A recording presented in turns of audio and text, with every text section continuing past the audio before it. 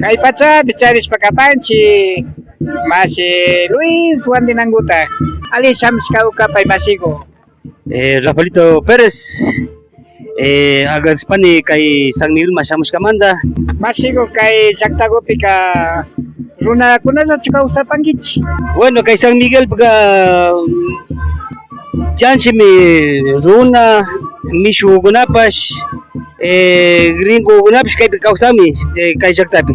Yo kanchi kikin kichwa shimi rimaita rimas pacho kausapangichi masigo. Pundaja wambraja ya fukuyarishkanda Runa Simi rimate rimanchimi. Kunambi michay ñukanchik wawakuna, ñukanchik nietokuna ña chinkarishpa kichwata katena hopa.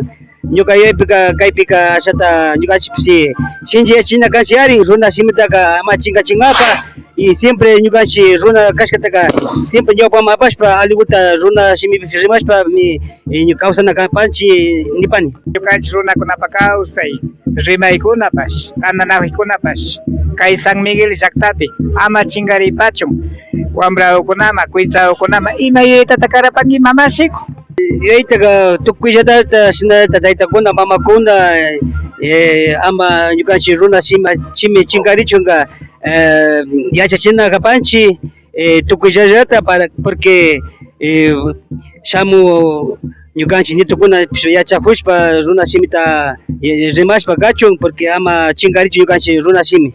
Luis Juan Dinanguwan rimarishpa kapashkanchik kay raymikunata ñawpaman ushaq masigumi kapan.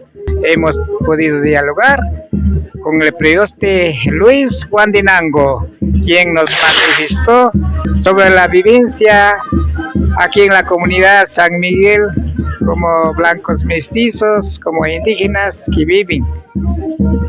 Nos dijo también, desgraciadamente, los niños ya no están tratando de hablar nuestro idioma quichua, pero nos llamó la atención para que los padres de familia que nos enseñaran nuestro idioma quichua.